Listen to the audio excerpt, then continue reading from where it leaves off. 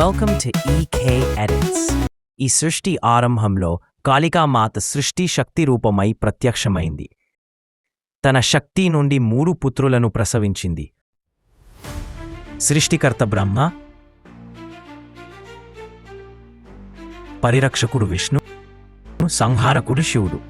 ఈ త్రిమూర్తులు కలిసి విశ్వధర్మచక్రాన్ని నడిపిస్తారు. స్వయంభూ బ్రహ్మ విష్ణుని నాభిలోంచి పుట్టిన కమలంపై సృష్టికర్త అయిన బ్రహ్మ ప్రత్యక్షమై లోకములను, జీవరాశులను సృష్టిస్తాడు. బ్రహ్మ తన శక్తి స్వరూపమైన సరస్వతీదేవిని వివాహం చేసుకుంటాడు. ఆమె ద్వారా విద్య, జ్ఞానం, కళలు, సంగీతం లోకానికి ప్రసరించాయి. మానవ అవతారాలు. ప్రతి మన్వంతరంలో బ్రహ్మ భిన్నమైన మానవులను సృష్టించి మానవజాతి పాలనకర్తలుగా నియమిస్తాడు.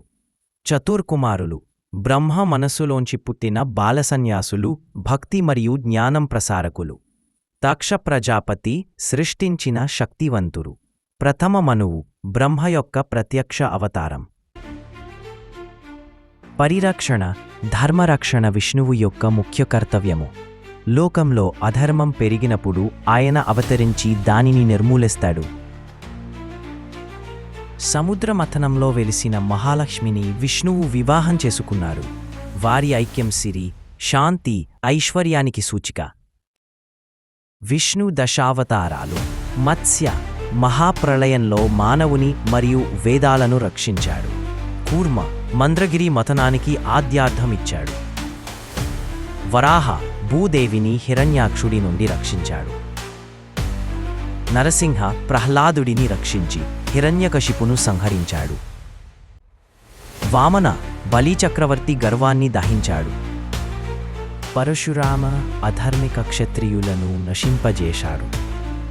రామ రాక్షసరాజు రావణుని సంహరించి ధర్మస్థాపన చేశాడు. కృష్ణ భగవద్గీత ఉపదేశించి మహాభారత యుద్ధంలో ధర్మాన్ని స్థాపించాడు. బుద్ధ కరుణ మార్గాన్ని లోకానికి చూపించాడు. కల్కి కలియుగమంతన్యలో అధర్మాన్ని పూర్తిగా నాశనం చేస్తాడు. లోక సంహారం, పాప సంహారం, తపస్సు, ధ్యానం ఇవన్నీ శివుడి మహత్తర కర్తవ్యాలు. శివుడు పార్వతీదేవిని వివాహం చేసుకున్నాడు. ఆమెలో సౌందర్యం, మాతృత్వం, శక్తి కలిగి ఉంటుంది. అలాగే గంగాదేవిని తన జటలో ధరించి భూమికి ప్రాణాధారముగా ప్రసాదించాడు. శివుడి అవతారాలు. వీరభద్ర సతీ దహనానికి కోపంతో జటలోంచి పుట్టిన శక్తిమంత యోధుడు. భైరవ దుష్టశక్తులను సంహరించే ఘోరరూపం. శరభ నరసింహుడి ఉగ్రతను శాంతింపచేసిన రూపం.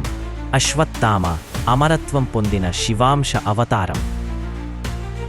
దుర్వాస మహర్షి కోపరూపం గల మహర్షి, శివశక్తి ప్రతిరూపం. హనుమంతుడు రామభక్తుడు, రుద్రాంశ అవతారం. నంది శివుని వాహనం, సప్తర్షులకు బోధించిన మహాగురు. అనికా మాత మరియు త్రిమూర్తులు.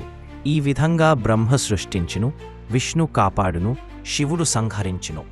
త్రిమూర్తులు కలిసి విశ్వధర్మ చక్రాన్ని నడిపిస్తారు.